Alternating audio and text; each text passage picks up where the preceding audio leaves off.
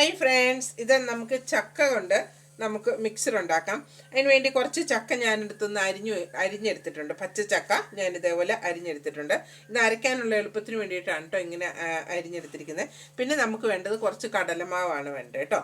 അത്രയും മതി. പിന്നെ അതിൻ്റെ കൂടെ നമുക്ക് കടല വറുത്തിടാം, കപ്പലണ്ടി, നിലക്കടല വറുത്തിടാം. എന്ത് വേണമെന്നുണ്ടെങ്കിലും ഇതിൻ്റെ കൂടെ നമുക്ക് വറുത്തിടാവുന്നതേ ഉള്ളൂ. അതൊന്നും ഞാൻ ഇടുന്നില്ല. ഞാനിപ്പോൾ ഇത് മാത്രം കൊണ്ട് മാത്രം കുറച്ച് മിക്സർ പോലെ ഉണ്ടാക്കുന്നതേ ഉള്ളൂ കേട്ടോ. അതെങ്ങനെയാണെന്ന് ഇതൊന്ന് നമുക്കൊന്ന് അരച്ചെടുത്തോണ്ട് വരാം. ഞാൻ അരച്ചെടുത്തിട്ടുണ്ട്. വെള്ളം തൊടാതെ വേണം കേട്ടോ അരച്ചെടുക്കാനായിട്ട്. കുറച്ച് ഞാൻ എടുത്തിട്ടുള്ളൂ. ഇതിലേക്ക് നമുക്ക് കുറച്ച് ഉപ്പും മഞ്ഞൾപ്പൊടിയും കൂടി ചേർത്ത് കൊടുക്കാം.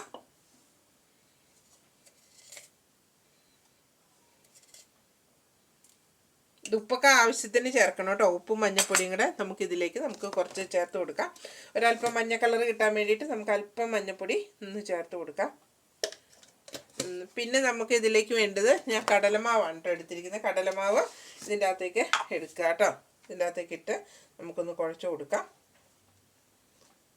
ചപ്പാത്തിക്കൊക്കെ പരത്തുന്ന രീതിയിൽ നമുക്കിതേപോലെ കുഴച്ചെടുത്താൽ മതി കേട്ടോ. പരത്തുന്ന പോലെ കുറേശ്ശെ ഇട്ട് നമുക്കിതൊന്ന് ഇളക്കി കൈ കൊണ്ട് ഇളക്കി കൊടുക്കാം കേട്ടോ.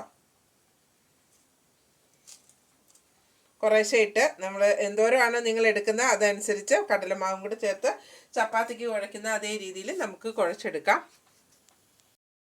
ഇതുപോലെ നമുക്ക് കുഴച്ചെടുക്കാം. വേണ്ട ചപ്പാത്തിക്കൊക്കെ പരത്തുന്ന പോലെ നന്നായിട്ട് നമുക്കിതേപോലെ ഒന്ന് കുഴച്ചെടുക്കാൻ. നല്ല സോഫ്റ്റ് ആയിട്ടുള്ള ഇതായിട്ടാണ് കിട്ടുന്നത്. കണ്ട് ഇതേപോലെ നമുക്ക് കുഴച്ചെടുത്ത് വയ്ക്കണം. അതിന് ശേഷം നമുക്ക് ചട്ടി അടുപ്പ് വെച്ചിട്ട് നമുക്കിതൊന്ന് ചൂടാക്കി, എണ്ണ ഒഴിച്ചതിന് ശേഷം ചൂടാക്കി നമുക്കിത് സേവനാഴിയിൽ പിഴിഞ്ഞൊഴിക്കാം. എണ്ണ അടുപ്പ് വെച്ചിട്ടുണ്ട്. എണ്ണ ചൂടായി കഴിയുമ്പോഴത്തേക്കും നമുക്ക് ഇതിൻ്റെ അകത്ത് നമുക്ക് ഇച്ചിരി ഓയിലൊന്ന് പറ്റി കൊടുക്കണം. കാരണം ഇതിൻ്റെ സൈഡിൽ കൂടി ഒന്നും ഒട്ടാതിരിക്കാനായിട്ട് നമുക്കിതിട്ട് നമുക്കൊന്ന് പിഴിഞ്ഞ് ഒഴിക്കാം കേട്ടോ.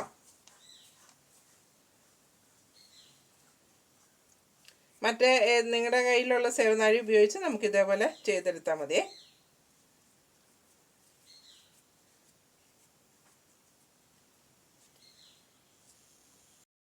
ഇതേപോലെ നമുക്ക് പിഴിഞ്ഞതിലേക്ക് നമുക്ക് ഇട്ട് കൊടുക്കാം. എണ്ണ നന്നായിട്ട് ചൂടായതിന് ശേഷം മാത്രം നമ്മൾ ഇതിലേക്ക് പിഴിഞ്ഞിട്ട് കൊടുക്കുക. ആയിട്ടുണ്ട്. ഇത് നമുക്കൊന്ന് കോരിയെടുക്കാം.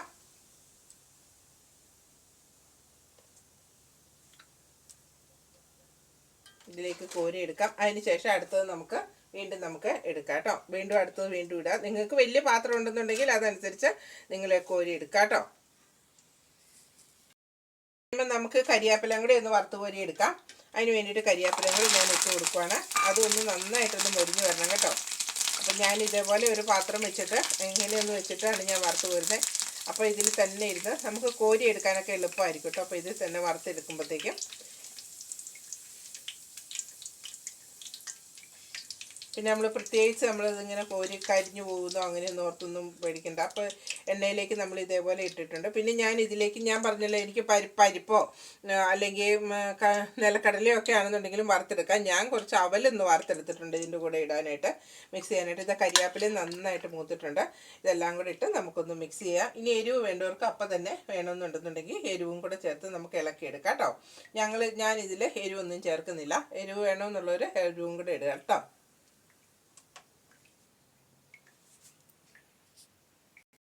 വറുത്തെടുത്തിരിക്കുന്നത് നമുക്ക് ഇതിൻ്റെ അകത്തേക്ക് ഇട്ടൊന്ന് പൊടിച്ചെടുക്കണം. ഒന്ന് ഇങ്ങനെ ഒന്നിച്ചല്ലല്ലോ, അപ്പോൾ അതൊന്ന് ഇങ്ങനെയൊന്ന് കാണിച്ച് ഒന്ന് എടുക്കാം കേട്ടോ. അപ്പം നമുക്ക് നല്ല ഇതായിട്ട് ഇങ്ങനെ കിട്ടും. ഇതുണ്ടോ, മിക്സർ ഏതുണ്ടാക്കിയാലും നമ്മൾ ഇതേപോലെ ഒന്ന് പൊടിച്ചാണല്ലോ എടുക്കുന്നത്. ഇങ്ങനെ ഒന്ന് പൊടിച്ചൊന്ന് എടുക്കണം. ഒന്ന് പൊട്ടിച്ചാൽ മതി.